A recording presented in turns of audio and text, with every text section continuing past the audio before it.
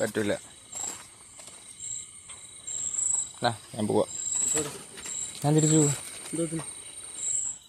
Hello guys, അപ്പം നമ്മൾ ഇന്നത്തെ പരിപാടി പ്രത്യേകിച്ചൊന്നുമില്ല, പണി തന്നെ. പക്ഷേ ഇന്നൊരു കല്യാണമുണ്ട്, അതാണ് ഹൈലൈറ്റ്. പണി ചെയ്തുകൊണ്ടിരുന്നപ്പോഴാണ് നമ്മൾ കല്യാണത്തിനെ പറ്റി ആലോചിച്ചത്. പിന്നെ കല്യാണത്തിനായിട്ടുള്ള ഡ്രസ്സ് എടുക്കാത്തതുകൊണ്ട് നേരെ ഡ്രസ്സ് എടുക്കാമെന്ന് വിചാരിച്ചു. അങ്ങനെ ഞങ്ങൾ ഡ്രസ്സ് എടുക്കാനെ കൊണ്ടൊരു കടയിൽ പോയി.